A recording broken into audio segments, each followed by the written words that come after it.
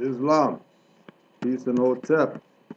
Once again, when you're doing work, all of a sudden stuff's working now. You know, this was the second restart, right, or third restart. So we already know that the powers that be, they gotta do what they gotta do because it's too hot right now. Too hot. Too hot to handle. Too cold to hold. So we'll pick up where we left off, that we got to give honors to the Prophet Noble Drew Ali, supreme honors. And what we have to do is acknowledge the fact that he's the one. There's nobody else. There's nobody else that we should be giving honors to with regard to bringing us the truth about something. Because majority of people who's brought us anything for our salvation, they've called us Negro, black, colored, Asiatic, whatever else, and they never, ever told us about our nationality, what it is, and that we have to claim it. Never. He's the only one, right? So that's why we honor him. We don't worship him. We're not some, parrots or whatever of Noble Drew Ali. We recognize that the Prophet Noble Drew Ali is a prophet. And the lessons that he brought have been neglected by Moors, mainly, who were in leadership, that thought this was some social organization, or pushed this as some social organization, to get the people to look at this like this was just some regular, whatever, just like everybody else's stuff out there trying to do a liberation of our people or whatever, when this is vast, this is way beyond that, right? I was talking about the brother in Polite's crew that called me. And the reason he called me is that he saw me talk about some stuff online that, in his opinion, it should be stuff that Polite's talking about. And he was, just caught off that, I'm just openly speaking about certain things. I can call him on the phone and talk to him about certain things because according to his teacher, Polite, this information is supposed to be secret.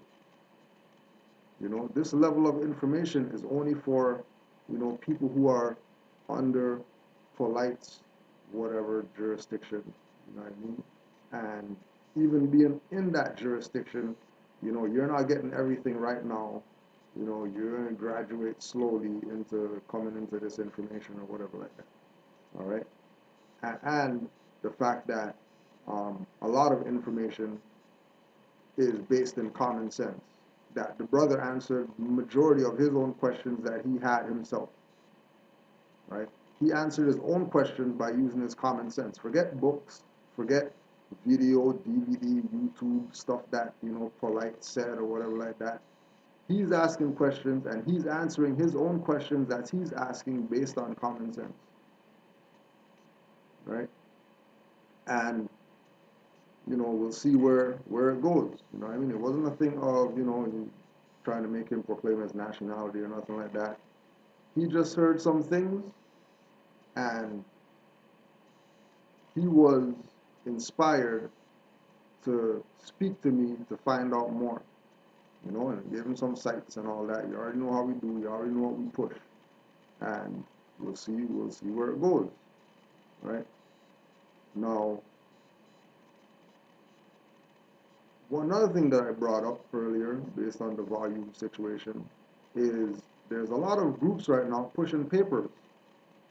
There's a lot of these groups right now pushing, yeah, come join our stuff, get your papers so you can be free and sovereign or whatever like that. Okay? If you're not claiming, if you're in America, North, South, or Central, or the islands, and you're claiming to be sovereign, but you're not claiming to be a Moor, you're a fraud. So stop pushing papers on people about Hebrew nationality. There ain't no such thing as no Hebrew nationality in America. Get the hell out of here. You better tag Moorish onto Hebrew Israelite. There's no such thing as Nuwapian paperwork unless you are acknowledging the fact that Nuwapians are Moors, right? We already know that Washita are Moors.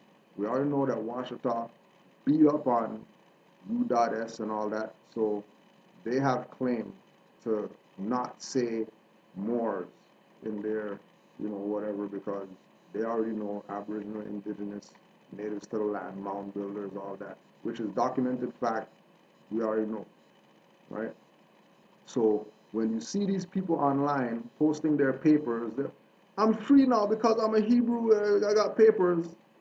You better school them and let them know that unless you're saying that you're more around here, you're a fraud. Okay, and remember, the South Americans know that they're Moors. They know that their ancestors are Moors. They might not tell our people that, but guarantee that they know that they're Moors. Especially the Spanish-speaking ones, because they already know, they're not Negros, and they're Morisco, Morena, right? Moreno. They don't play Negro, Negra. That's, like us and nigger. They don't play those ones, right? So know for a fact that above South America, if you are claiming that you are dark skinned and you've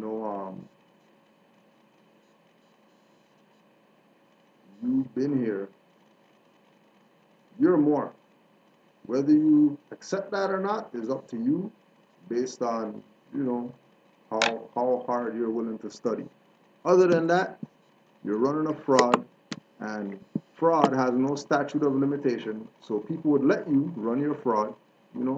They won't even let people know that they're running a fraud. They'll let them run the fraud, just because when somebody's running a fraud, since fraud has no statute of limitation, when somebody's running a fraud, if they don't call it out, then they're obligated to watch you run a fraud, because more than likely, if you're running a fraud on yourself, somebody else has something to gain by you running a fraud on yourself, which is why they don't tell people, which is why,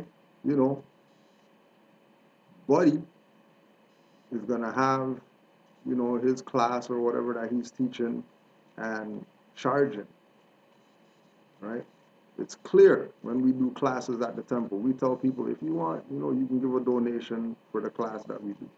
But this is the people's information. This is not our stuff that we have.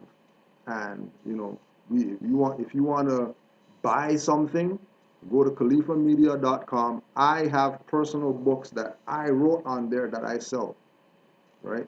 Because I put that together. You know what I mean? I have an editor.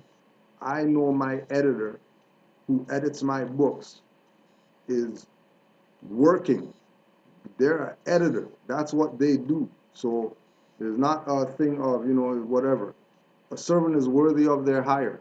So my editor gets a cut off of my books that I sell. Just so Kudro's not, making millions off of books. If I'm making millions, editor's making something, printer's making something, because that's just how creating something goes, right? Music. If you want my personal music that I paid studio time to go to the studio, record or whatever, willofallah.com, and you can buy my personal stuff.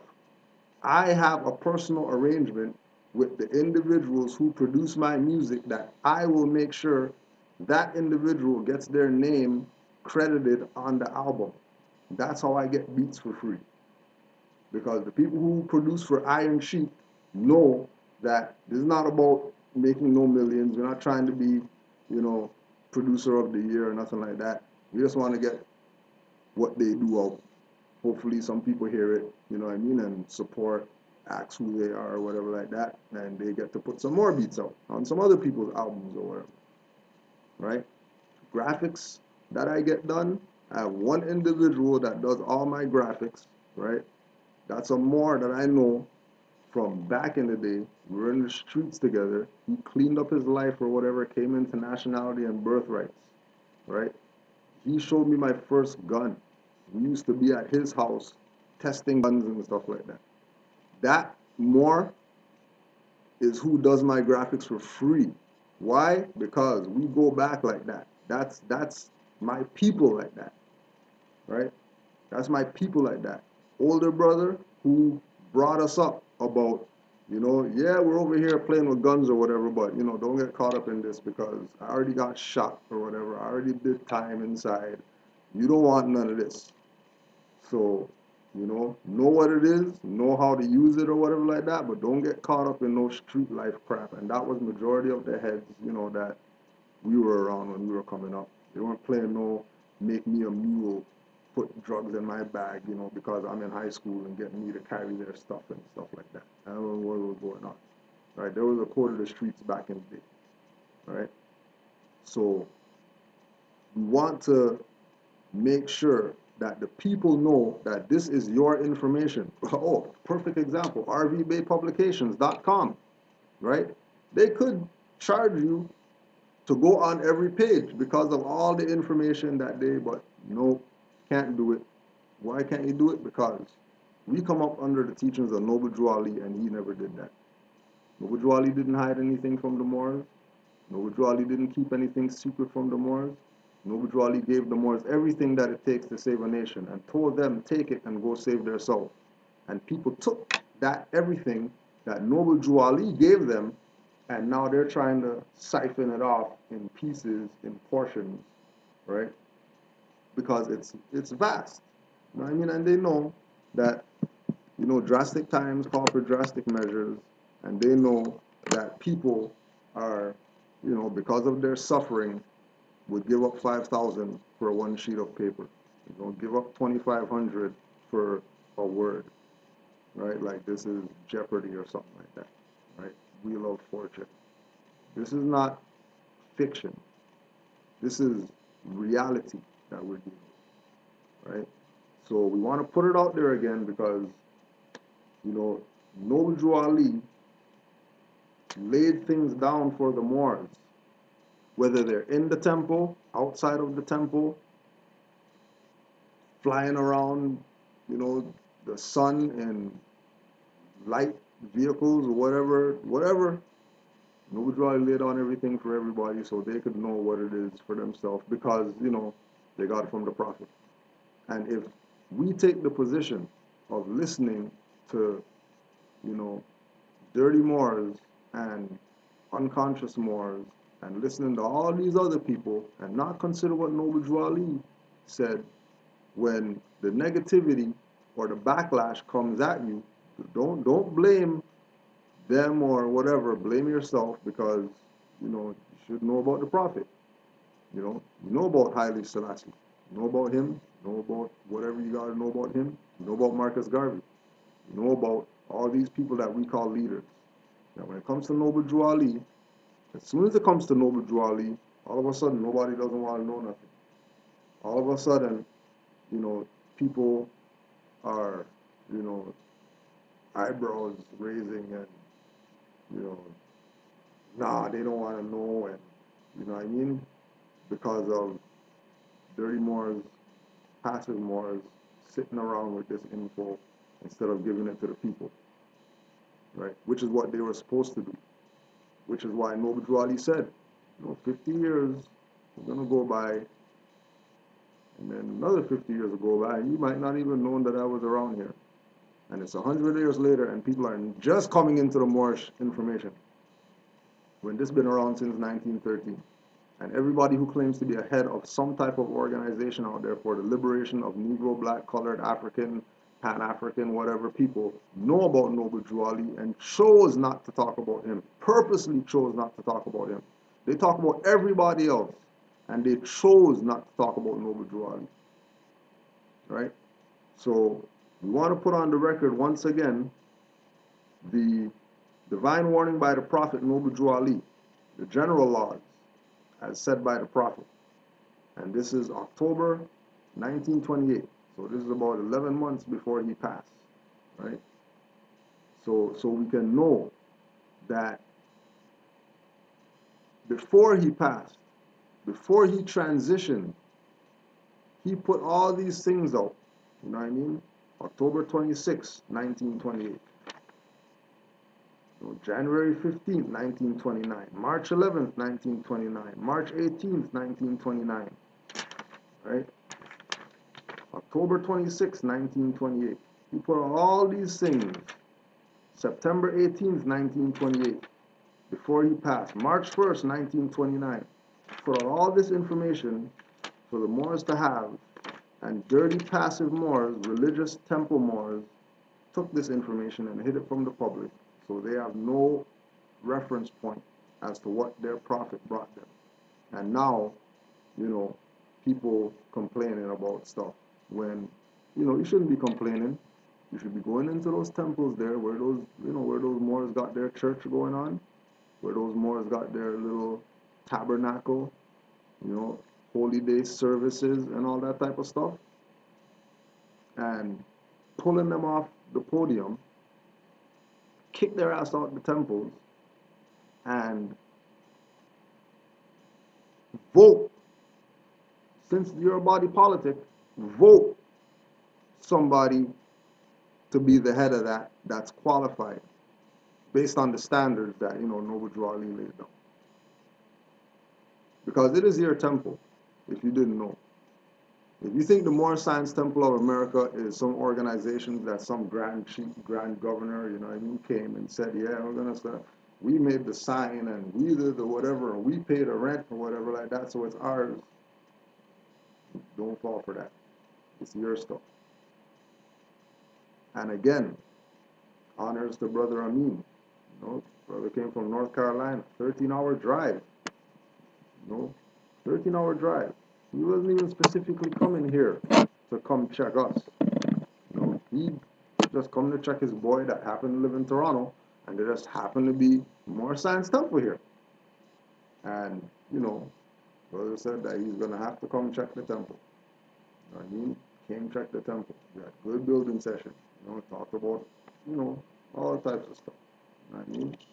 Actually, his brother that he came to check used to be Nation Islam. Right? And he was having some, you know, doubts of whatever stuff, and he left that because of whatever stuff was going on. And what did he realize? That, damn, it's really all about this Moorish nationality and birthrights or whatever like that. And, you know, got his info, gonna be doing his studying, because he realized that the foundation of the Nation of Islam, who, you know, where he held dear and all that stuff, is more science that they never told him about. Right? So we want to put this on the record so that everybody's clear as to what Noble Drew Ali laid down. And keep in mind that this is general laws as said by the Prophet and supreme words of the Prophet. So no grand sheikh could dispute this, no grand governor could dispute this, no grand treasurer, grand secretary, grand mufti, grand major temple, whatever they call themselves. Nobody can dispute what I'm about to read. If they never talk about it, you need to question their integrity.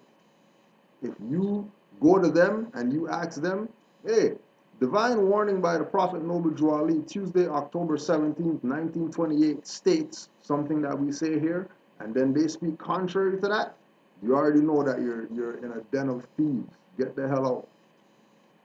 And find some more that are doing good and help them to do more good than they're already doing. Don't stay in the dirt. Right? If they're not gonna get, if you throw the lasso around their neck or whatever, and they're doing the pullback, you know what I'm saying? Because they don't want to get off the podium, let the lasso go and leave. and let those grand whatevers sit in those houses of hell by themselves. And you find some Moors that are doing good and help those Moors do more good. That's the only way this thing's going to turn around. This thing's not going to turn around by siding with dirty Moors. Because, unity or whatever like that. Yeah, we want unity, so we're just going to, the black guys come on over and the Negro guys come on over. Oh, yeah, dirty Moors, yeah, come on down. Let's chill, hang out, whatever like that, because this is about unity of the nation. Forget all that BS right there. Either you're active in this movement or hit the road, Jack. Don't you come back no more, no more.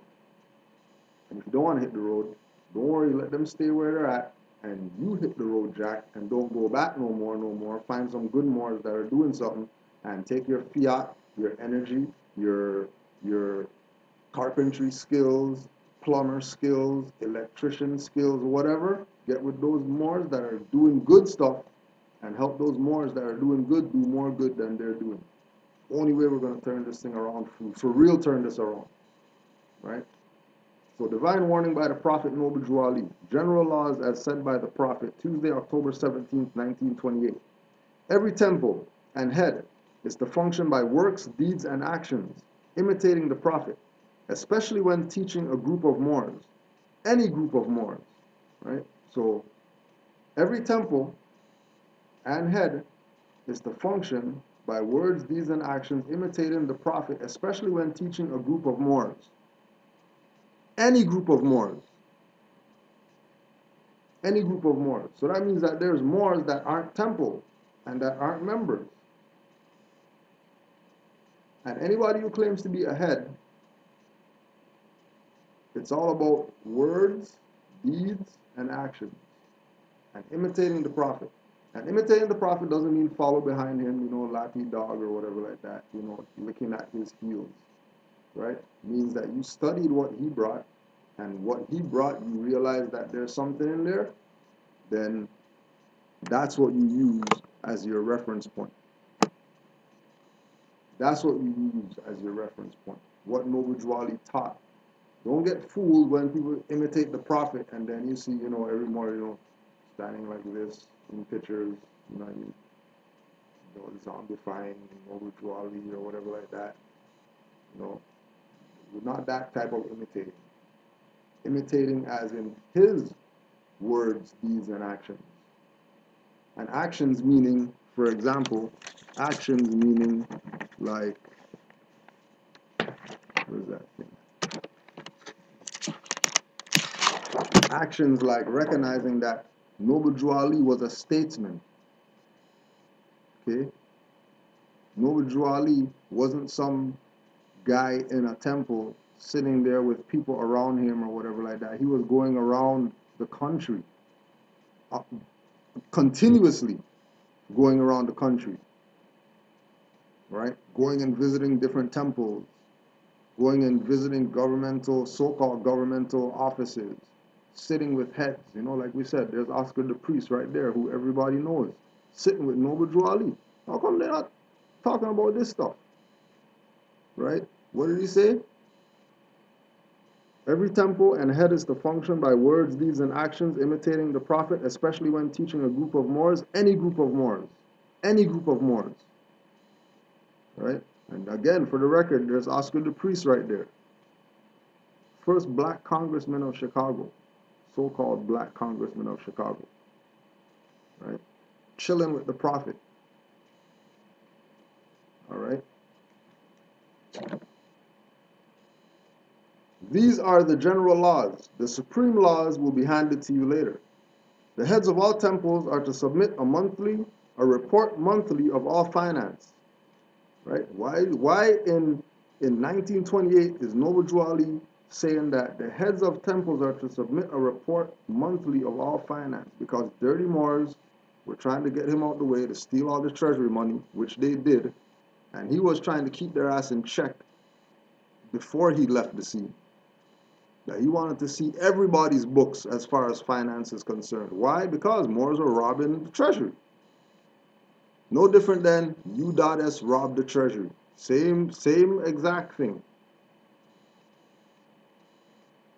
The heads of all temples are to refrain from all wrathful words, profanity in the mildest form, from all members of his or her temple. They must live the life of love, truth, peace, freedom, and justice, and refrain from all alcoholic liquors or any other harmful possibility that will terminate to destroy peace or any other of the divine principles. They are not to contribute to anything that will cause the public to disagree with him or her. And for one to lead a group of Moors, you must keep your house clean. Clean with good deeds, kind words. Your wives, brothers must hear good works, kind words, and must know of your good deeds. If there are children, you must see to their support.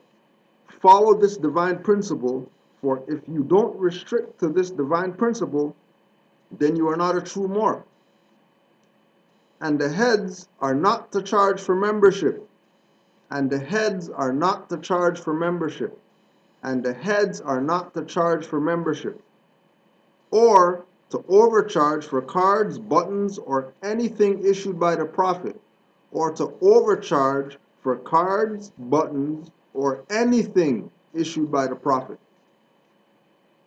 Anything issued by the prophet. Like anything. They're not to overcharge. Oh yeah, and the heads are not to charge for membership. So as soon as you walk into a temple, you're supposed to be able to just proclaim your nationality. Because not that they're not supposed to overcharge for membership, they're not supposed to charge, period, for membership.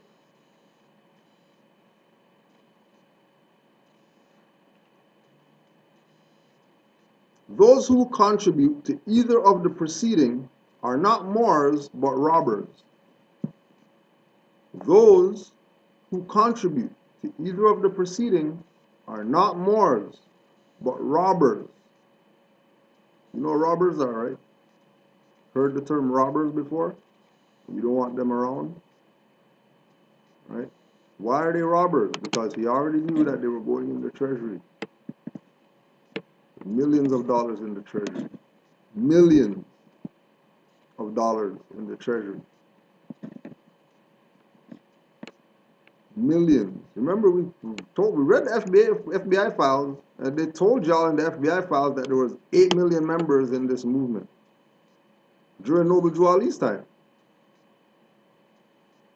Right? And then remember Garvey's movement, and then remember they were going to bring it all together. There wouldn't have been an opportunity for any Nation of Islam or nothing like that once UNIA, Marcus Garvey, and Noble Drew Ali, Moor Science Temple of America did their stuff like this. There would have been no room for any, because everybody who was a member of UNIA, which includes Elijah Muhammad's people and all that, family members or whatever, you know, everybody else, they would have automatically been part of the Moorish movement, right? Which would have added to what Noble Drew Ali already had sitting there, right? It would have added to that. We already had this locked already. It was already done for. Because remember, these individuals that usurped the United States of America Republic, right? They didn't think Noble Drew Ali would be as impactful as he was. They thought this would be some, you know, another black, whatever. Sure, let him do whatever, give him the flag, whatever, you know, who cares? We're not going to do nothing with this. And he did way more than they couldn't even fathom what he was going to do. But then, you realize, why would they? I mean, they don't know nothing about prophet and all that. You know, they looked at him as just another black guy trying to play this liberation out of slavery game. Okay? Membership, sisters and brothers, is free. Membership, sisters and brothers. Membership into the Moorish Science Temple of America. Membership into the Moorish Holy Temple of Science. Membership into your Moorish nation is free. Not only here, but all over the world. So we know that there weren't Moorish science temples and Moorish holy temples of science all over the world. So obviously the membership that he's talking about is relative to your nationality. If he's going to mention that it's free, but it's not only free here, but all over the world it's free, which lets you know,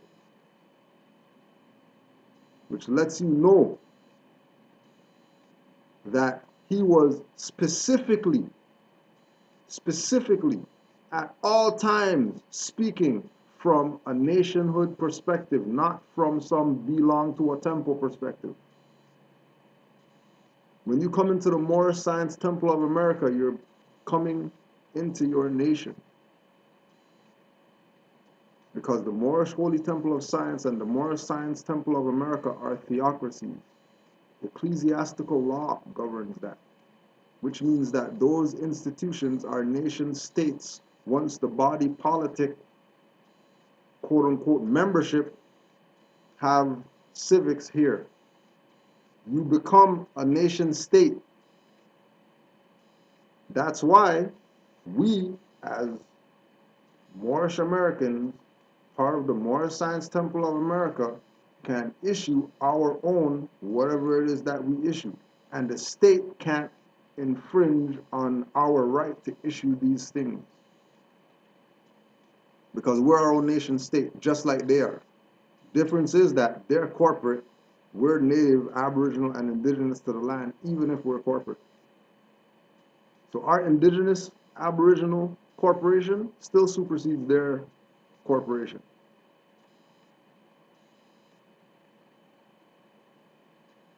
The button is 25 cents, card 25 cents, and 1 month's dues are paid. Every member pays 50 cents a month for dues. This money goes to the support of the temple. This money goes to the support of the temple. So any Moorish Science Temple members out there, if you're paying dues to the temple and you realize, damn, you know, that light right there has been out for like 5 years. But you know, Grand Sheik got a new suit every week. You know, his fez is always, you know, he never has fluff on his fez and stuff. He always has a clean fez or whatever. How many fezzes does he have? Right? His fez is always sparkling. Tassels never fray. You know what I mean? He never has that little, you know Moors already. You know, you get that little line when the ball starts showing and these strings right here start coming out. You know what I mean? You know that you've been wearing your fez for a long time or whatever like that. You know? And Grand Sheik stuff's not looking like that. Grand Governor stuff not looking like that. Lights not changed. That socket right there been not working. But you paying your dues. You know, you've been paying your dues, taking the bus 5 hours to go to the temple when they're telling you, you know, yeah, the bus is coming soon. We're going to get a bus fund and all that. That's how you know that the dues aren't going to the temple. Because the dues are supposed to, you know, again, you know, Canaanland, you know, we use ourselves as an example, right? All funds, all these people out here who donate, right? Canaanland Moors, everything that you send goes for us to keep temple running, keep books on the wall, keep DVDs on the wall, keep products on the shelf, whether it's fix your vision glasses, whether it's herbs, you know, roots tonic, whether it's, you know, other Moors products, right? Everything that goes in goes to make sure that the temple's running, because right now, because of, you know, dirty Moors not doing what they're supposed to do, you know, robbing the treasury, blah, blah, blah, Moors are forced to have to, you know, work, even though they got trade. So, you know, our secretary, right now, he's on some night shift, you know what I mean, working. He doesn't know the time stealing nobody's fiat that they're giving into the temple or whatever, how Moors been talking about Canaanland, especially Moors out here, you know, we're robbing funds from people and all that type of stuff when Moore's working graveyard shift. Because he's got to, feed his wife and his 3 children. As Noble Drawley said, you got the stuff, you better take care of your stuff. There ain't no handouts going on around here. Handle your business, right?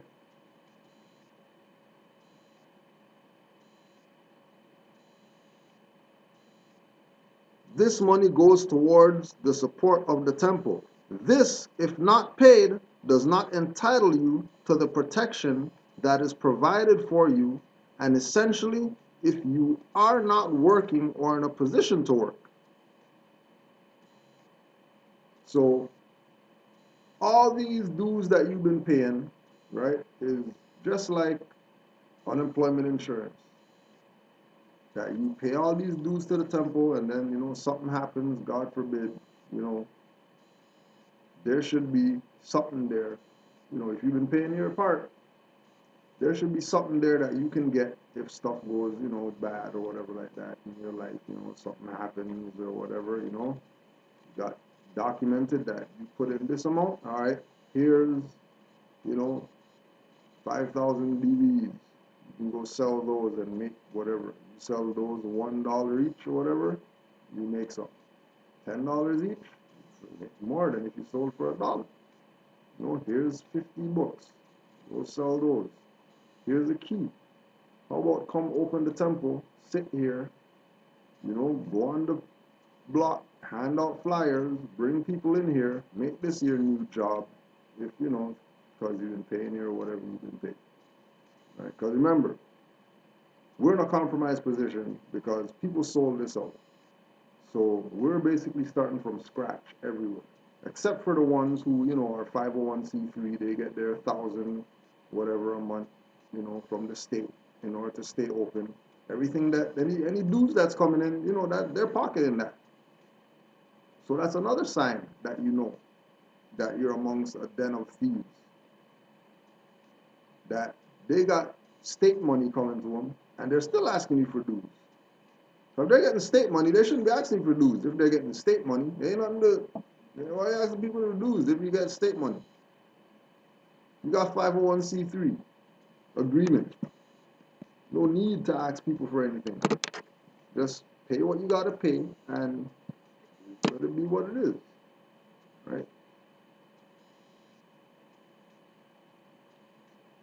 If you neglect to fulfill this small duty assigned to you, how can you rightfully expect money or other help when you are sick or otherwise disabled? And to be a real Moorish leader, you must study the Quran and the divine constitution that is handed down unto you by either prophet. The head of any temple can maintain an emergency fund which cannot exceed the amount of 25 cents to 50 cents a week per member. All public collections and dues also go to the support of the temple and its domestic work. The head of every temple must, by law, obey the word of the prophet, and if any leader or head of any temple fails to obey these laws, embezzlement is his charge and is subject to enforcement of the law by the grand body, which is the nation, not some group of Moors who's claiming they're the head of whatever. Because remember, this is your movement. This is your temple. He is your prophet. If you don't back him and support him, when Moors killed him, then what's the sense being involved in this?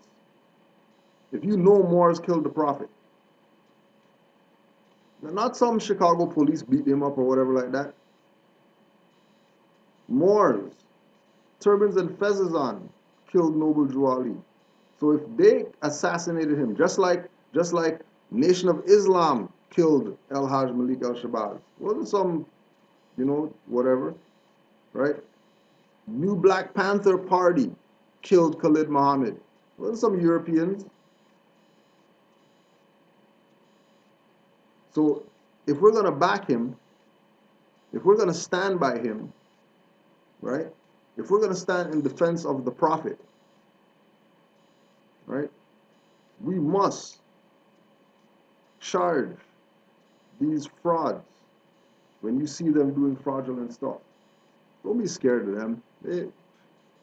They're definitely, when you start charging them, they're definitely going to go run to the state and call the state on you. And you already know state has no jurisdiction, right? They could say whatever, do whatever, but they don't got no jurisdiction. And that'll let you know something as soon as they go call the state. Just like, Buddy who tried to punk off the mothers in the Harlem classes, and Moors held him up, right? Kicked him out the class, and then he's gonna go call the state. Talking about, Moors did something to him. He ain't got no jurisdiction in our affairs. And as you know, state did nothing because they don't got jurisdiction. Charges, no Moors got no charges for kicking him out of the class. But, they're not going to talk about that. They just shut the hell up and continue doing their work that they're doing to try to undermine everything that active Moors are doing, right? And the penalty may be a fine or removal from office, right? Removal, take the lasso, throw it around those people who are singing hymns to Noble Drew Ali and, singing prayers and calling meetings, services, and saying that you can't be a member of the nation unless you're part of the temple and all that stuff. Put a noose around them and remove them from office. It's real simple. And if you don't have courage to remove them from office, then get the hell out of there. Stop complaining about, well, I went to the temple and, they were whatever, and they're doing this and they're doing that, and you keep going back there. You know that they're criminal. What are you going back there for?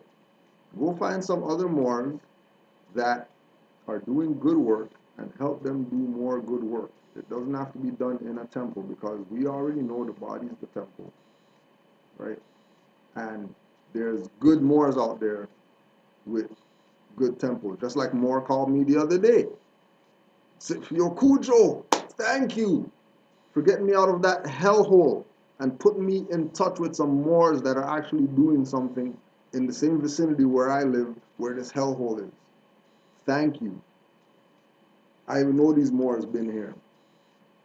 So Islam to the Moors in Virginia, the Alendi Moors, and the Moors that are under that body of Moors for sticking to the principles. Not raping people of their birthright and all that. Right? So they'll be removed from office or placed under a heavy restriction of the law. Right? By the prophet. Supreme wisdom by the prophet. And it's that simple. And everything that Noble Drew Ali put out, we need to consider. Because he has done so much work for us just to make sure that our stuff is tight. He did so much work. We owe him a great debt. We owe him, we should be willing to die for our nationality and birthrights. We should be willing to stand up for this. Because there's too many people who have demonstrated that this is a reality, right? To inspire us to continue pushing this movement. Too many Moors, ample amounts of Moors, right? Like we talked about last week on a couple weeks ago with conscious vibrations with Brother Ramael, right? And Brother Amazite called in to say, I ain't in no temple, and I already beat up all these people with tickets, charges, they want to kidnap me or whatever. I don't care. I ain't nothing if they want to kidnap me, do your thing. I know about my nationality and birthright. And then because he knew about his nationality and birthright, all of a sudden all this stuff disappeared. He has no problem with them no more. Counties so open to him filing stuff there that he's now taken position of being a reference point for Moors who are having issues in the county. Moors who are having issues with, these people not wanting to respect whatever. Brother has some rituals or whatever like that that he'll put you on, so that you get your stuff through. You know what I mean? Why? Because we're more scientists. We're not. This is not some social organization, social club, or whatever. Even though it has Rotarian complexions, and there's people call themselves Rotary Club and all that stuff. But we're not. That's just that's just talk, so people don't get scared. You know what I mean? Because when Moors come around, people get antsy. When they start seeing fezzes on dark skinned people, they start knowing that something's up, right? Right? Even Asiatics, not even just Europeans, because they've done so much damage with our birthright, like throughout the world. Yeah, got Nazis and fezzes, got Cecil Rhodes, freaking whoever works for him in fezzes, to get people scared of their own stuff. That there's times where I had my fez on and I'm passing Asiatics from other countries outside of the Americas, and we're walking in a hallway, they're plastered on the wall when I'm passing by them, terrified of just the fez. Forget the individual. They just see the fez alone and they're terrified. You see the fear in their eyes because of what some dirty Moors did to them in their country with a fez on. Terrified.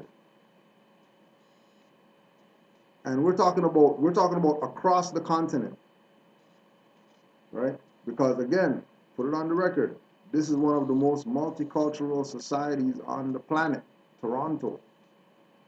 There's all types of nations of people here. And every individual in Toronto has had some type of interaction with somebody in a fez. Some of it was positive, some of it was negative, right? And you know that dirt has been done with this, right? Because Moors know that when they get their fez, we talk about this, when Moors get their fez for the first time, you put on the fez, something happens spiritually, etherically, oracally, something happens when you put on a fez for the first time. Only Moors who have fezzes that have clean hearts, pure or whatever, know exactly what I'm talking about. Something happens when you put a fez on for the first time, right? There's no way that somebody could receive a Moor from a negative perspective unless they got their ass kicked by somebody with this headwear. There's no way. It's impossible. There's the level of love, right? The level of love that people give Moors when they see Moors exercising their birthright as Moors and not being Negro black colored. The amount of love that we receive, there's no way that this is, just, black and white like that. There had to have been purposeful use of the fez from a negative perspective to get people to have fear in their eyes when they see a Moor walking by them. You know what I mean? Grabbing their children, turning their children's head like not to look at the guy with the fez on. Those are experiences that I had personally out here when I wear my fez certain places. Right? So people have taken this and done dirt with it to get people not to look at, the fez, dark-skinned people wearing a fez, from the right perspective. Have us look like, we're, working with Hitler or something, right? We're gonna go back because we, on Sunday, we were going through our oral statements by the prophet, Noble Drew Ali, okay? We're going through the oral statement and prophecy, and we're skipping over stuff and all that because there's a lot here, but we only got to like 208. We're going backwards. We're doing like our other family in the world, reading the book backwards so we can get a different perspective, instead of reading, the other way, right? So we're going backwards, and we have 239 oral statements and prophecies, and we only got to 208, and we skipped some. So figure we might as well, get some more of these on the record so that people can know what Noble Drew Ali said, according to what Moors, past Moors have documented, so that we can have this today, right? Because remember, Drew Ali said that he came for the generations after him. He never came for the people who were around him, because obviously they weren't ready. That's why they dropped the ball, stole the treasury money, killed him, got him out the way, all that stuff, because they weren't ready. They weren't the one. Our generations and generations coming are the ones that are going to be doing something with this, right? So we'll the last one we did was 208 with regard to the first convention, the garment having on, garment of power and all that stuff. This is no social organization, money doesn't make the man and all that, right? So we're going to continue on. The next one that we're going to read, 207, Brother J. Blakely Bay. Actually, what we'll do, one thing that we'll do, let's just go to the front for a sec, just to put on the record how this even came about, this documentation of this information, right? So this is oral statements and prophecies of Prophet Noble Drew Ali, founder of the Moorish Science Temple of America, Moorish Holy Temple of Science, Old Canaanite Temple, Divine and National Moorish Movement, since they didn't put that in here, right? Compiled by Brother R. Love L., Grand Sheik of the MSTA, copyright 1987, registered 1988. Introduction. Brother R. Love L., Grand Sheik of the Moorish Science Temple of America. This introduction is written to inform the Moors and readers of the importance of the things that the Holy Prophet Noble Drew Ali said when speaking to a group of Moors or an individual.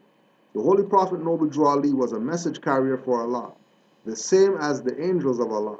To the Moors, the Prophet Noble Drew Ali is an angel of Allah who was sent to bring us the everlasting gospel of Allah. The words that the Prophet spoke to the Moors were the messages of Allah that the Prophet brought to us. The Prophet said, "Every word I speak is spirit, and you Moors had better heed. That is regard to his words. That is to regard his words with care, consider them, give them your attention, and obey." The Holy Prophet Noble Drew Ali is due high honors in his station as a prophet of Allah. He is due high honor for the work he performed. He is due high honors for the suffering that he went through, that we may receive the holy and divine messages that he brought for our salvation. The things that the Prophet said are due high honor because they are from Allah, the great God of the universe. A special warning to some who have committed a gross wrong in violation of a warning from the Prophet, wherein he said, "Woe upon the one that scatters my flock." The Moors that have been in the Moorish Science Temple of America long enough, they have seen the reward of those that committed this wrong. It is not well what they have earned, but their wrongful acts. Though the workers of this evil use the names of Allah and His Prophet to lure others from the true path and faith, they work but evil, and they lead astray those that also go to their harm. Religious or political issues are not at issue, and when these wrongs are committed, There is but one issue, and that is right and wrong. We Muslims, true submitters to the will of Allah, should obey Allah and His Prophet Noble Drew Ali. The Prophet said, "Let me find you where I left you." This warning is plain. One should never say that the Holy Prophet said a thing unless you know it to be right. The Holy Quran of Mecca teaches that the man that tells a lie on Allah or the Prophet creates a terrible doom. That is, that man creates a terrible doom for himself. Honor the Holy Prophet Noble Drew Ali and honor his words. Special honors. Special honors are to be given to the faithful Moors that saw and heard the Holy Prophet Noble Drew Ali in his divine mission between 1925 and 1929, and reported his teachings, statements, and prophecies to me and others. Some of the things reported that the Holy Prophet said were repeated by many that saw him, but special honor is given to those that directly reported a particular thing that they remembered, such as Brother J. Blakely Bey, past Supreme Grand Advisor and Moderator; Brother T. Booker Bey, Grand National Treasurer; Brother I. Cook Bey, Grand Governor of Illinois; Brother G. Cook Bey, Grand Sheikh of Temple 1; Brother J. Foster Bey, Assistant Grand Sheikh of Temple 25; Sister M. Patton Bey, member of Temple 4 and 25, who saw the Holy Prophet Drew Ali every time he spoke at Temple 4 in Detroit, Michigan; Sister M. Tiggs L., member of Temple 9, Chicago, Illinois; Sister M. Washington L., chairman of Temple 43, Mount Clemens, Michigan. May Allah bless those good Moors for the work that they have done in furthering the truth and the gospel that Prophet Noble Drew Ali brought. Now, one thing I want to put on the record too is the Holy Quran of Mecca teaches that the man that tells a lie on Allah or the Prophet creates a terrible doom. That is, that man creates a terrible doom for himself. So, let's not get caught up in what people are coming into this movement with malicious intent, you know what I mean? And they're gonna do something, and then, because they, try to do something, sell drugs or something like that, move keys of coke, and then, get caught, and then try to use nationality, stand on nationality to save themselves, and then Moors think that that's gonna have something on the movement. That have nothing to do with the movement. That Moor already put noose around their own neck, threw it over the tree, you know what I mean, and jumped off the horseback. So don't even worry about Moors who are doing evil stuff with what, they think this is. Let them do what they do. It has nothing to do with you. It would never come back to you once you're adhering to the principles laid down by the Prophet and you are honoring and respecting what was given unto you by the Prophet. Once you stick to that, don't worry about nothing that any of these dirty Moors doing. It ain't coming back to you. And we could say, again, using Canaanland as reference point, we've had these policy whatever people come to us to qualify, this guy's saying that he's whatever. Is he down with you guys, or is he, and check the records, his name's not in here? We don't know who that is. Do what you got to do with them. Because, especially if they're doing criminality, we have nothing to do with that. Zero. Nothing whatsoever to do with people doing criminal stuff with this birthright that is divine and pure and is based on the principles of love, truth, peace, freedom, and justice. Once you're violating those principles, there ain't nothing that we're going to do for you, nothing that we can do for you. So don't come running, begging, or, using our name or any other active Moors names talking about, yeah, they put me onto this, so just call them and they'll verify that, you guys have no jurisdiction over me, and you're moving keys of coke and making millions of dollars, not bringing none of that into the movement, to assist in the great work. Because, Drew Ali said, get as much as you could get, however you get it, and make sure you support. You're not supporting? Sorry. Right?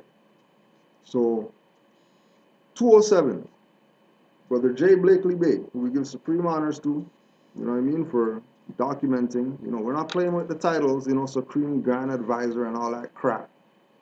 We know Brother J. Blakely Bay, and then it stops right there. All the other title crap that these people are holding on to, we don't honor that. We honor that this is a Moorish American that was with the prophet or heard the prophet say something or was there when the prophet said something, and they documented this for us to have this today. If you don't leave here right with me this time, you won't make it back here in human form. If one does not leave the earth right with Allah this time, they won't make it back. They will not be allowed to reincarnate to earth in human form. Right? So this is where we acknowledge the vastness of Noble Drew Ali's message. When he told the Moors that, and he put it somewhere that he put it somewhere where we can see it all the time, so we'll never forget on your nationality card that we honor all true and divine prophets. Jesus, Muhammad, Buddha, Confucius, and Ali. Right? If you don't leave here right with me this time, you won't make it back here in human form. That's a Buddhist lesson, if you didn't know. Right? That's a Hindu lesson, if you didn't know. Because the Hindus and the Buddhists are strict with regards to, if you do something or if you live a life that isn't in accord with reverence for nature, you're coming back here as a beast of the field. Just go ask some Buddhists, they'll tell you. Go ask some Hindus, they'll tell you about how sacred animals are in their culture. And that if you take a position, one time I was, the reason why, this is why I wear the Buddhist beads all the time, right? Because that was one of the schools of thought when I came into, the higher realms, out of Negro black colored, looking for stuff to study or whatever like that. Buddhism was one of the places where I found some solstice, not because of meditation or whatever like that, but because, the teachings, right? And, we watched kickers, we watched martial arts movies, and Shaolin monks or whatever that was my shit. Any Shaolin monk movie, those are the ones that I want to see. Forget everything else, sword guys and all that. It's all about the monk stuff, right? So the school I was working at, there was this monk there that, he used to wear his, traditional stuff and all that. One day, seen me and he seen the beads. First thing, First thing was the beads. Like, you, like, yeah, I know what's up. I don't practice religiously, but I know what's up.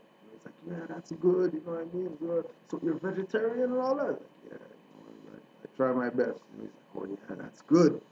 Because you don't want to come back as one of those animals you're eating or whatever. You know what I mean? And then we sat down and we had a long, conversation about why Buddhists are vegetarian and why they, stick to the principles that the Buddha taught about being vegetarian. Because if you don't leave right with the Buddha, you're not going to come back here in human form to continue the work that, you didn't do or that you're supposed to finish. You would be coming back here as some animal, as punishment. From lowest level to, highest level, beast of the field. You know what I mean? So know that the lessons of Noble Drew Ali is is woven into all these other schools of thought, right? All the other schools of thought that we recognize other people have, that they look at from, a religious perspective, you know what I mean, or a refinement of self perspective. Go study those. You're gonna find lessons in there that are right in line with what Noble Drew Ali taught the Moors, so that we can get ourselves out of mental slavery that we had, and that we still have, and that we're gonna have, right? 206, Brother O. Peyton of Temple 4 and 25 said that the Holy Prophet said, if someone assaults you, flee from him. If you cannot flee from him, turn around and drop the world on him. If someone assaults you, run from him. And if you cannot escape from them, turn around and let him have a heavy blow. Okay? So, as Moors, love, truth, peace, freedom, and justice. Love is our first principle, right? But Moors are tried the most by people. You know what I mean? People don't really try Negro, black, colored people because they already know, they don't know anything. You know what I mean? You could choke them out on the corner or whatever like that. They're not going to do nothing, right? But Moors are challenged more than anybody else. And the best way for Moors to stay out of trouble is to avoid trouble at all costs. So as soon as something's about to go down or whatever like that, because remember, we're dealing with birthright, right? We have to have um, a real good reason to lay hands on somebody. You know what I mean? We must be facing death to lay hands on somebody. If it's just, medium, stuff, ain't no big deal. You know what I'm saying? Swallow your pride, turn away, walk away. Don't even waste your time, right? But, and remember, it's saying, if someone assaults you, not if they're going to, if someone assaults you, flee from them, right? If someone assaults you, flee from them. But, if you can't flee, they keep going on and on and on and, whatever, you know what I mean? Same thing with, you tell them, not Negro, black, colored. I'm Moorish American. Right, yeah, I'm Moorish American, whatever like that. Is a Mason hat. I'm out of here. They follow me down the street or whatever like that. Then you turn around and you give them, whether you give them the pen sword or the tongue sword or you draw your scimitar. Give them something so they never talk again against your nationality and birthrights or attempt to even to bother you. Right? That's why, me personally, I go at Dirty Moors how I go at them because, I give them rope. You know what I mean? To shut the hell up. I give them, you're digging your grave right now. You know what I mean? Put down the shovel, shut the hell up. Because, I'm from the era of battle MCing. You don't play. You take very serious challenges and stuff like that. You want to continue on? Don't worry. Don't say nothing. Do a song about you. And that'll be in the ethers forever. That would shut you up. Right? So, know that we don't have to almost get assaulted to flee. We could get assaulted. They can do whatever it is that they're going to do to us. Right? Flee. You don't have time to play around with these people in their low vibrations. Don't let them pull you in. Once they pull you in, We got Scimitar, we got Mare of Steel and stuff like that. People are gonna ride if we get on them. You know what I mean? And you know, it's gonna come back on us because we should have known better, right? So be careful. Um,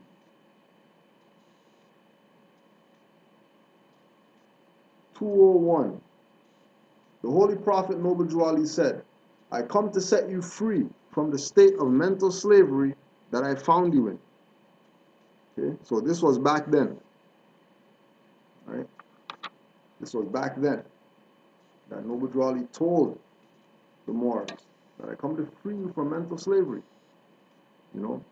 Now, because we didn't listen to the Prophet, look how much look how crazy our people are right now. Just open your front door. I mean, go on the bus. Go to a school on lunchtime. See how crazy our people are. Remember, we're the only ones that don't have nationality. Everybody else has some moral standards or whatever that they live up to. Right? Everybody else has a divine right that they acknowledge within themselves. We're the only people that have no connection. Well, not we, not Moors, but our people, unconscious Moors, the ones that think everything's good, but they have a European on their wall. They think they are mental slavery. You know what I mean? They're calling traveling driving. They don't think they have mental slavery. They're talking about they're black when they're brown. They don't think they have mental slavery, right? So Drew Ali came and he brought us everything that it takes to save the nation. And he told us to take it and save ourselves. And if we can take it and save ourselves, that means we can take it and save other people.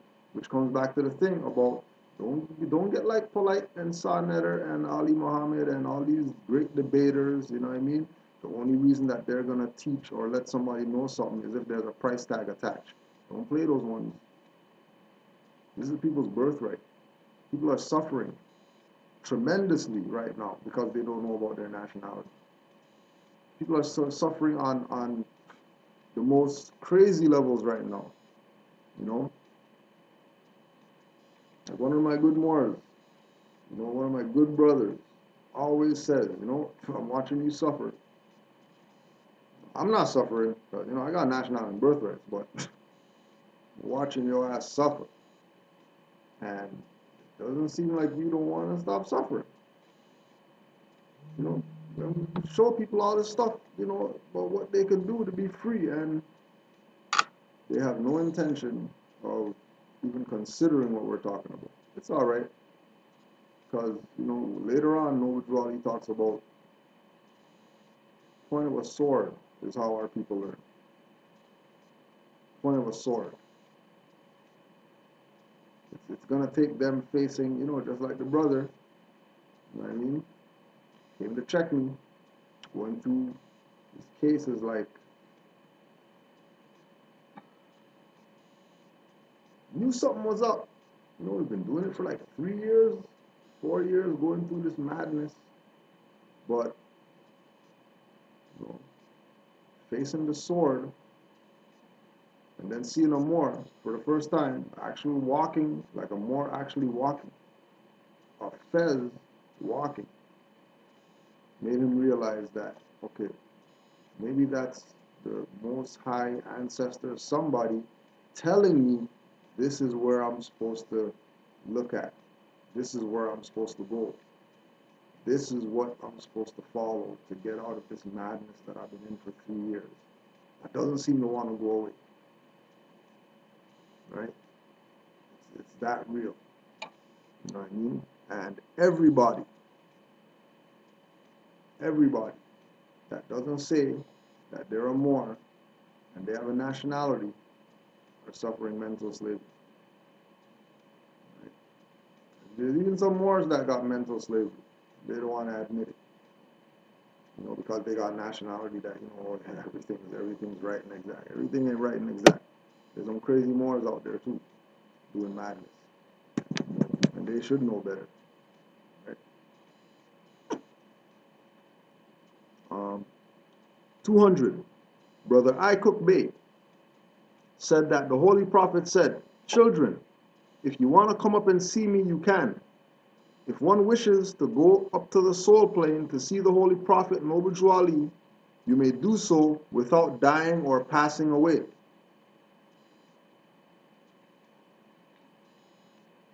So maybe about 2 years in this. Maybe about 2 years in this. I only had one vision of the Prophet. You know? Fell asleep on the couch or whatever like that. You know, when I was at my mom's spot in the basement, you know, how it set up was, you know, I had the couch, and then in front of the couch was the bedroom. So I blacked on the couch one day, and I thought I was awake, but you know, the man sitting on my bed, just smiling, and room was just smelling of some type of, it smelled like people from the islands know that smell, that old musty smell, like a kind of musk, you know what I mean? Old spice kind of smell, you know, that smell that granddad used to smell like, and it smelled like you were at certain aunt's house, and her house just smells like something that you just thought, it smell. I don't know what that is, but it just smells good. Just the smell. You know what I mean? Man sitting on my bed with a fez, just smiling. Why is there a man on my bed? Who is the man on my... Hold on a second. That's Noble Jwali. Oh. And I remembered, you know, the thing, you know, if you're dreaming about the Prophet, you know, don't talk to him unless he talks to you first. I'm just sitting on the couch, just, you know, looking at this man, just smiling. And then realize, oh, he's actually acknowledging that, you know, he actually did something or whatever. I'm like, all right, cool, you know what I mean? Woke up, you know, looked in the room, nothing's on the bed. I'm like, okay, that was the Prophet. He came to check, you know what I mean? Make sure that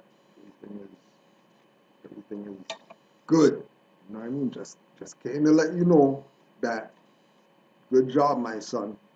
You know, continue doing what it is that you do. Right? That's why we go hard as we go. That's why we don't care what anybody says or anything like that. Because, you know, Prophet back to this. You know. That's why we go hard as we go. That's why I personally haven't got off this since we got on this. Regardless of trials, tribulations, or whatever, I'm not giving up my birthright. I'm not giving up the Prophet. I'm not giving up anything with regard to my Moorish history, culture, legacy, or whatever. I don't care what goes down. Like I said, people could come bring some pictures with Noble Jwali, with, you know, with some guy tongue kissing or whatever. I don't care. I'm still gonna be honest. Ain't nothing gonna move me off this, right? So no more, you know, and not because you don't dream about the Prophet means anything. You know what I mean? Not because you don't see him doesn't mean he's not looking out or whatever like that. You know what I'm saying? Use other things as your reference that the Prophet came to see. You know what I mean? Experiences that you might have had that you might not have really connected it to the Prophet, but you know, if you go back or if you think back to yourself about situations that you might have been in, you know, people that you might have spoken to, you know, might have, you know, been sitting on the bus or something like that, and you know, somebody just sat next to you and they started talking about some stuff that you just read in your Holy Quran.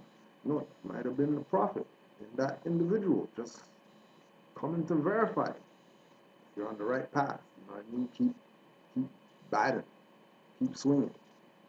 You know, because this is a divine movement, and you know, it's something that, you know, not everybody is going to accept, but the ones who do accept it and recognize it for what it is, you know, it's going to be definitely something that, you know, you acknowledge and hold dear, you know. Um, see, one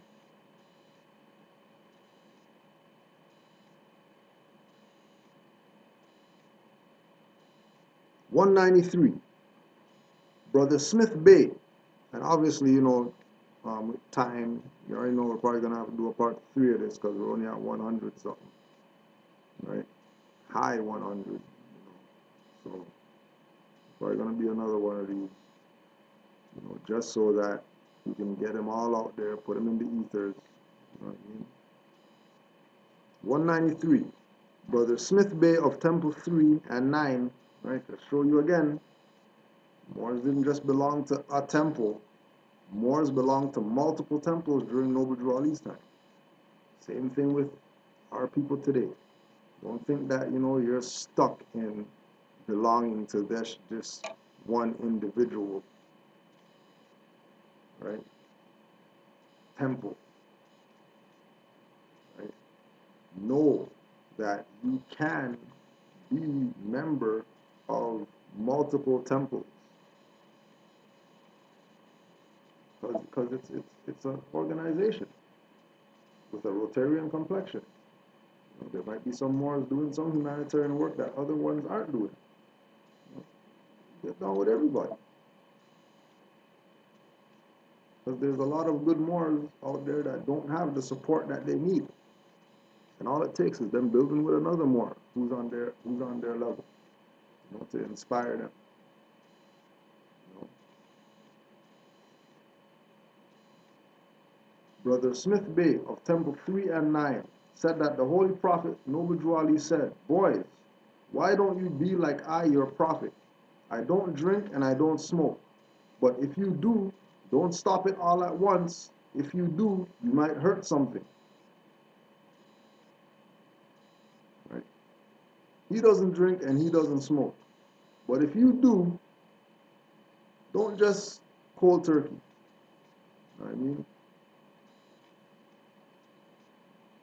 Wean yourself off of, you know, the intoxicating liquors. You know what I mean? Like back in the day, you know, that was, you know, one of my vices, drinking. You know what I mean? Super vice. Because, you know, so we did coming up. You know, it wasn't about, you know, saving livers and all that, you know, bottles, right? Whatever. Any and everything except vodka. I hated vodka. But we got down with the drinking, right? And it wasn't until, you know, again, you know, that thing about coming into consciousness, you know what I mean? Things just look different, you know. And, you know, we were still, you know, drinking a little bit, you know, even though we came into consciousness or whatever. We might buy stouts, you know what I mean? Guinness stout, Dragon stout, whatever like that, you know. Not really hard liquor, you know, but there's still stuff in there. And then went to this liquor store and realized the spirits section. Spirits? What do you mean spirits? Why is liquor called spirits? You know, like spirits, you know, but this is before, you know, having consciousness that, you know, spirit means breath. You know, spirit is, you know, entities or whatever like that. Hey, what is alcohol called spirits? You know, that was on my mind for like months. That was on my mind. Why is alcohol called spirits? This is crazy. You know what I mean? And then, you know, you do your little research, you know, they talk their little crap about it, you know. And then hit me. When you're drunk, you act a fool. Why you act a fool? Because spirits took over. Because when you get drunk, you lose your senses. You lose your ability to control who you are. So other things are able to, you know, come into you because you're open, you know. And then I think it was maybe was maybe about 2003, 2004, when I first started watching Bobby Hemmett and saw what he was doing with the spirits with regards to invoking the ancestors with his libations. And then everything started making sense about why alcohol is spirits. So Islam to Bobby Hemmett for, laying it down. So, know that these things, drinking, smoking, um, eating red meat, things like that, stop them all at once. If it's something that you've been doing for a long time, if you just abruptly stop, you could do something to yourself internally, mentally, spiritually. You could damage yourself by just, some people could do it, like with the meats or whatever, that's what I did, saw that slaughterhouse video and that was it as far as the meats, cold turkey. Today, was eating whatever, tomorrow, cut that out, because slaughterhouse video just didn't sit right in my spirit that I'm eating that thing that just got killed like that. You know what I mean? So take your time. There ain't nothing wrong. We already know what's up. You know what I mean? I tell people don't drink, don't smoke, don't eat red meat or whatever. But you realize that you're at that wall and it's time to get off, wean yourself. Because you don't want more getting injured. Okay. 191. Brother J. Foster Bay, Brother W. Davis L. of Michigan, and Brother J. Blakely Bay, who were all members of Temple Fort in Detroit, Michigan, during the lifetime of the Holy Prophet,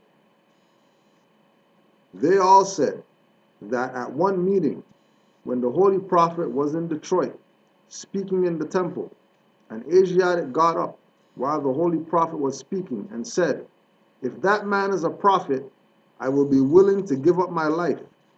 This angered some of the Moors that heard it. Brother W. Davis L. said that some of the Moors started moving up on him with their hands in their pockets, and they were going to cut him to death. But the Holy Prophet held up his hand and said, "Children, did you hear that? It is too bad." After the Prophet spoke those words, this Asiatic fell back into his seat and slumped down. When the Moors carried him out of the building, he was dead.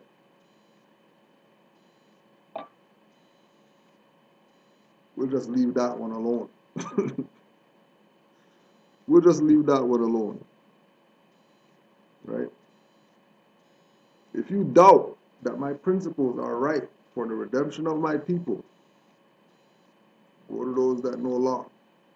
If you doubt that I am a prophet, turn in your card, turn in your button, and go back to the state where I, the prophet, found you. So, don't doubt the prophet, because you could be setting yourself up for early grave just because you thought that, this was a joke and unreal. Just saying.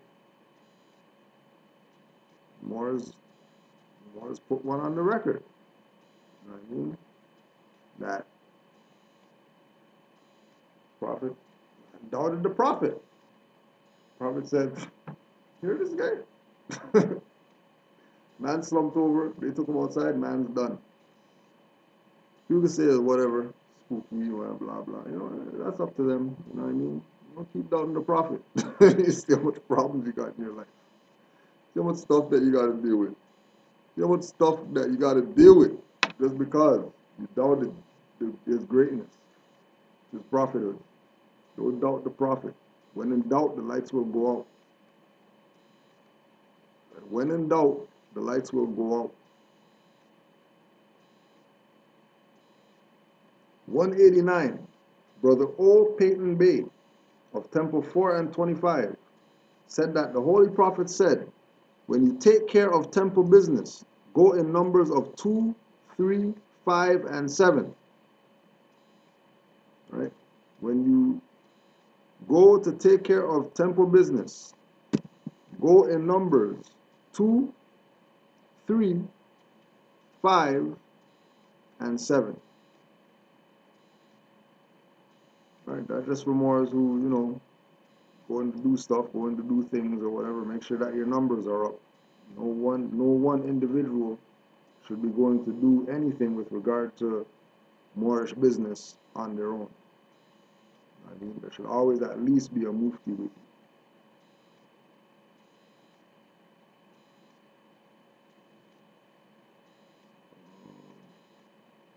186, Brother T. Booker Bay said that the Holy Prophet said the Moors were living up and down the Mississippi River before the European man came here.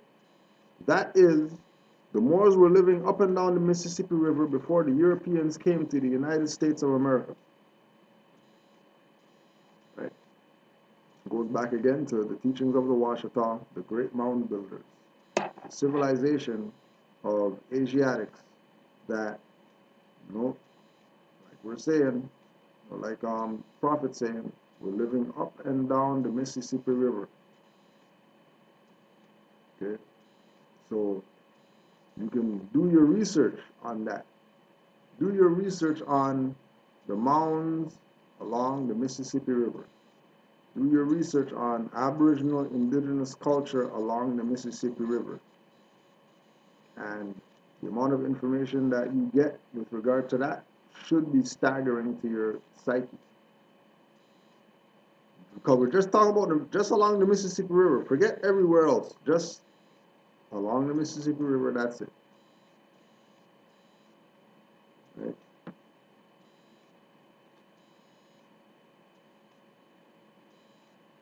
(184) Sister M. Lovett L.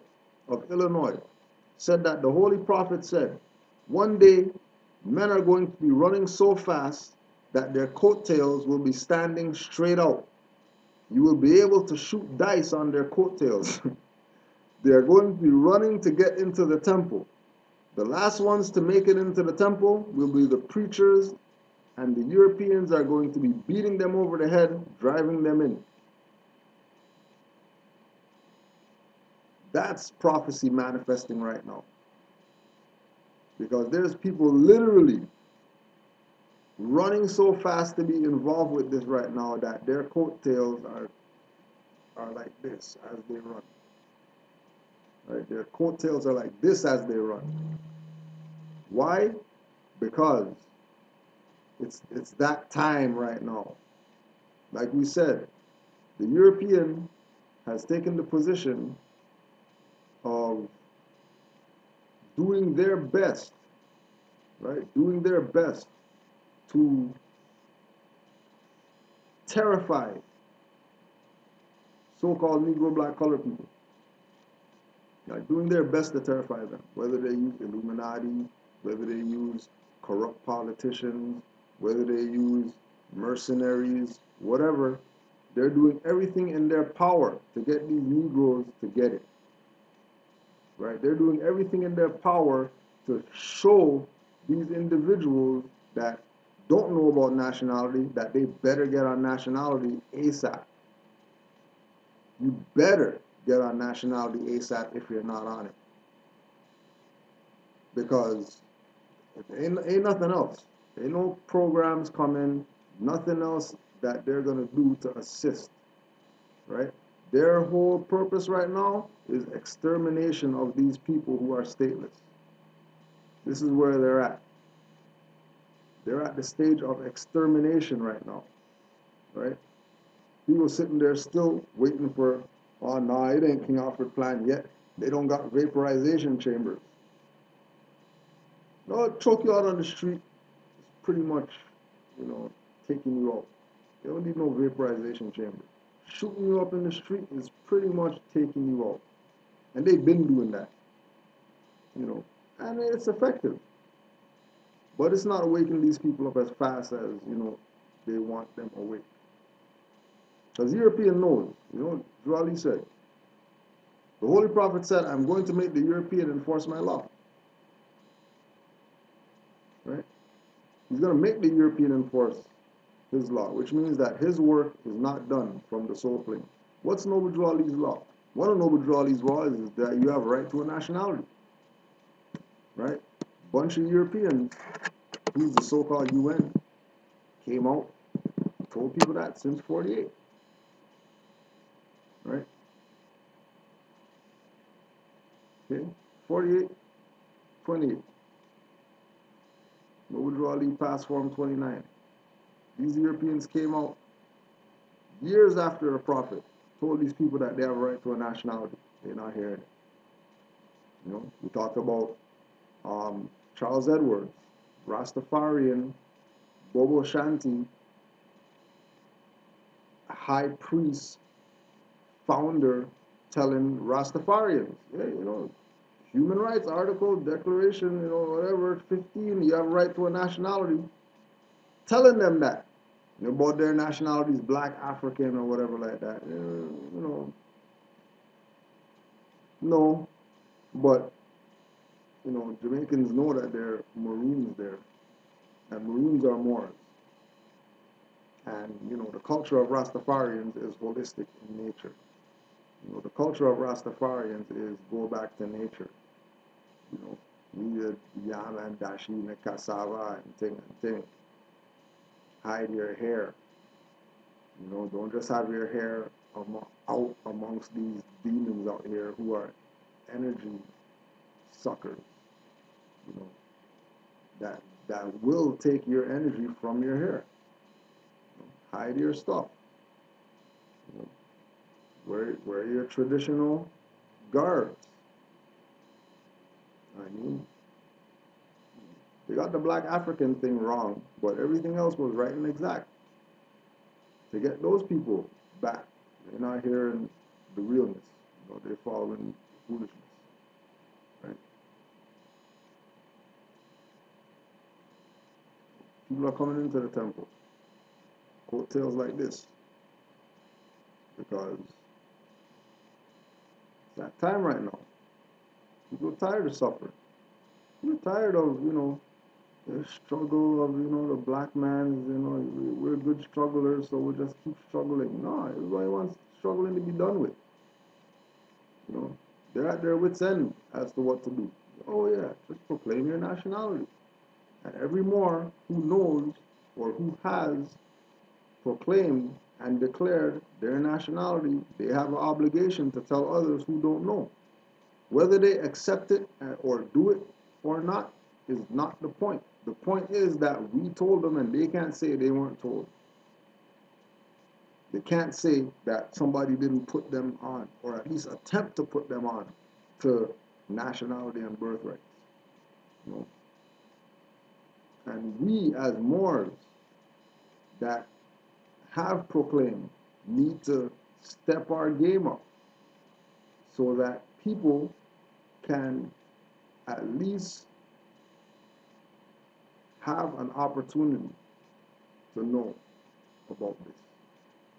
You know what I mean? You don't have to do like what other Moors are doing. You know what I mean? Exercise your own five senses and do what you can. They got Moors who, you know, their activity is promoting every other Moor that's doing something stuff.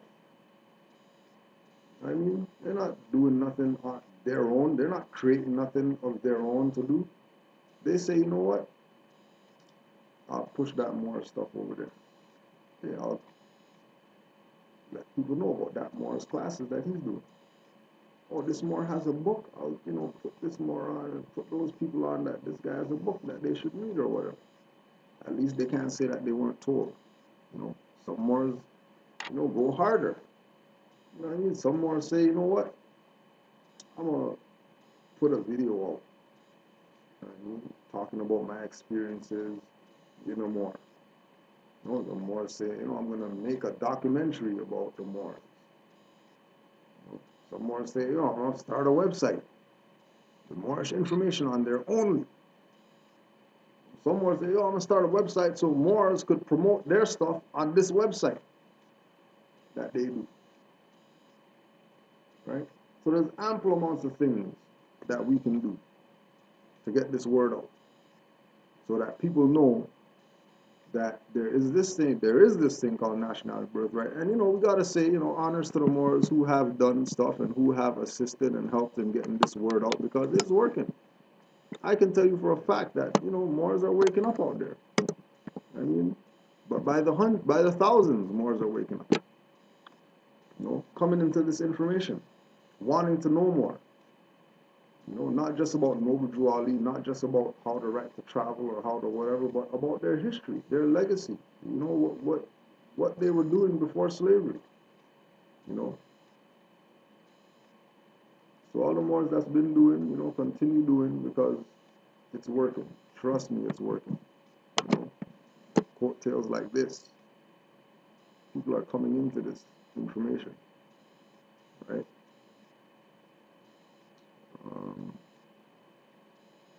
181. We'll probably do maybe 2 more, and probably do 2 more,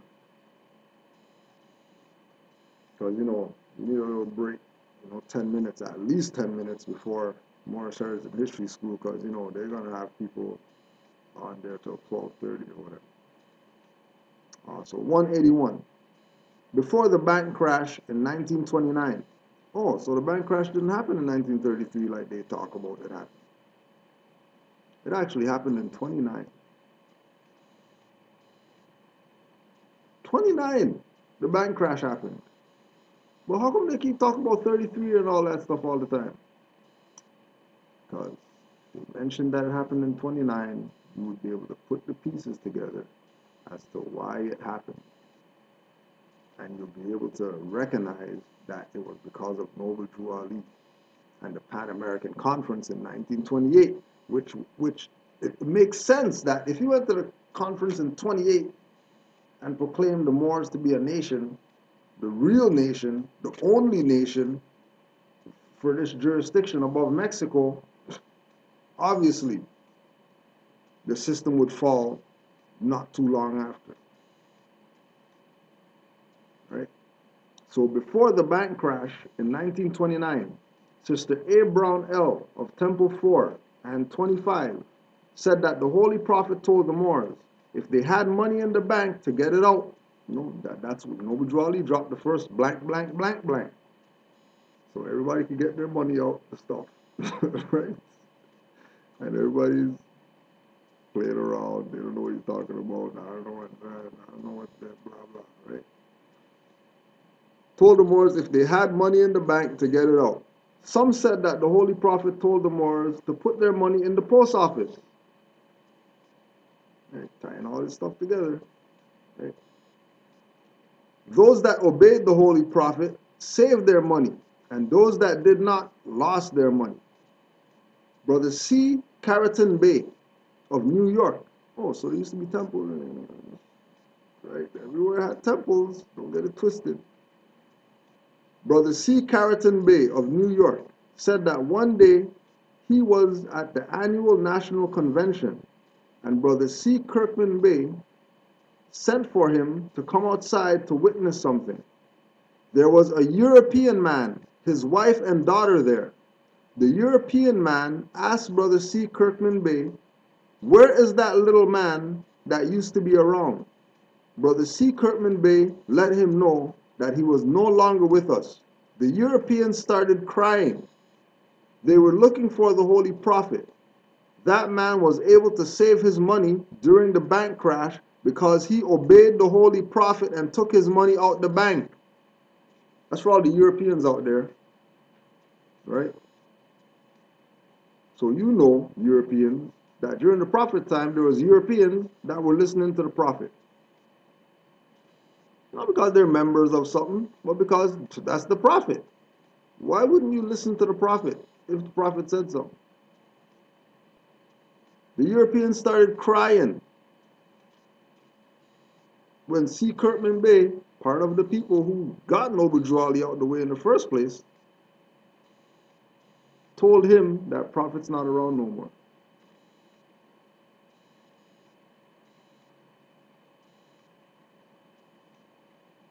Right? And called somebody to witness.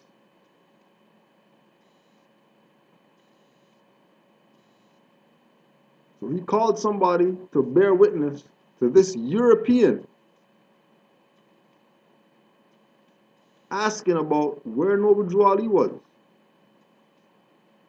Where's that little man at? They were just talking about save the money, get the money out the bank, whatever like that. Like, yo, I saved millions, thousands, or whatever. Well, he's not around no more. European bawling his eyes out. European bawling his eyes out.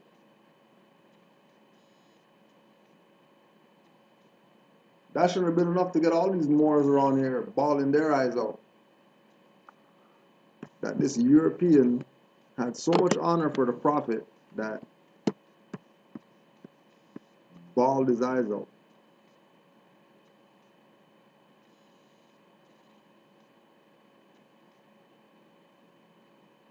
A European. For all the Moors who ditched Noble Drew Ali. For all the Moors who talk crap about Noble Drew Ali. You know, Moors meaning, you know, dark-skinned people. You know what I mean? Don't want to acknowledge him. You know, don't want to recognize his prophethood, his prophecies. Don't want to recognize his divine connection to the Creator and all the ancestors who they say that they honor. But this European who saved some fiat, crying his eyes out. And remember, it says that these Europeans started crying. So him, his wife, child, everybody crying their eyes out because the Prophet passed, and they couldn't say thank you, Prophet, for helping us save this little fiat that we had, which back then wasn't even fiat. It was actually real money. So they actually really saved something.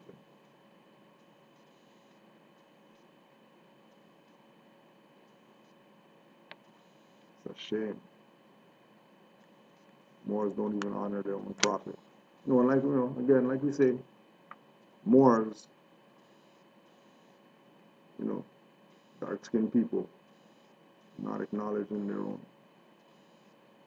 I think that's a good one that we'll close out on, for people to consider, honor that Europeans had for the prophet back then. This is just one guy. Just one guy. You know, but then you have more jumping in the prophet's seat talking about they're the prophet reincarnated and all this madness. Which means that they didn't even mean nothing to them when Noble Drew Ali passed for him. It wasn't even, all they were cared about was getting his fame and nobility to themselves.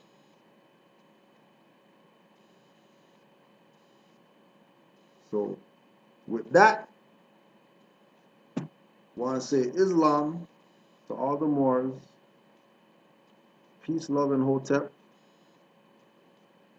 all the Moors, worldwide.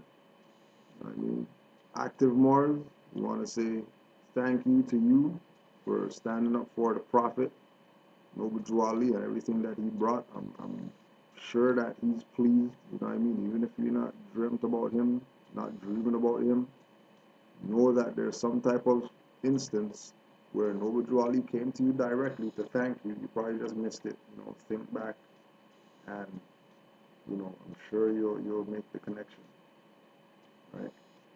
All the Moors that are coming into this, you know, what we would say the new Moors, you know, hold strong, because this is not for the faint of heart. I mean, this is not for people who, you know, aren't willing to sacrifice. I mean, you're gonna lose a lot coming into this, I mean, but you're also gonna gain a lot. So, also, you know, we want to acknowledge all the older Moors, the elder Moors that's been doing this and standing up for nationality and birthrights for all the years that they've been doing it, sacrificing to make sure that us Moors today have a firm foundation, make sure our feet are firmly planted in this Moorish divine and national movement, right? 9:30, Moorish Heritage and History School, MHHS, Eyes Wide Open on Blog Talk Radio. You can call in, or you could just go on the, go on the stuff, Blog Talk, right? If you're gonna call in, 347-945-5899. 347-945-5899. That's at 9:30. Don't forget, Tuesdays at 6 p.m. Sabir Bay Show. You can tune into that right before this. You know what I mean? You can watch the whole show, or you can watch up to 7 o'clock and then jump on here. Don't matter. You know what I mean? Sabir's people. That's my more right there. So, you could miss half hour my class to listen to Sabir Bay Show. It ain't no big deal. And all the Moors that are doing active things out there, thank you. You know what I mean? All the Moors that's been supporting Canaanland Moors, supporting Iron Sheep, supporting all the books and all that stuff. Thank you. Appreciate the love. We'll keep doing our best to get this information to you.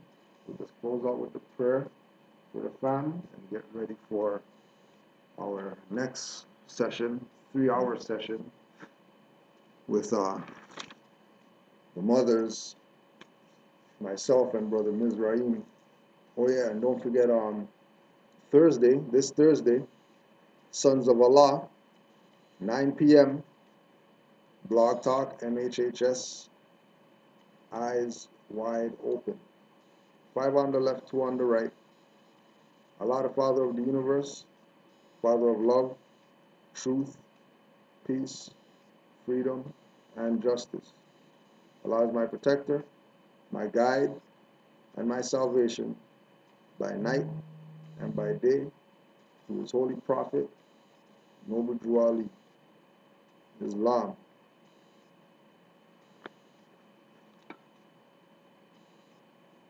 Peace and love, Moors. Stay true, stay strong, and we'll see you in about 15 minutes on Blog Talk Radio. Islam.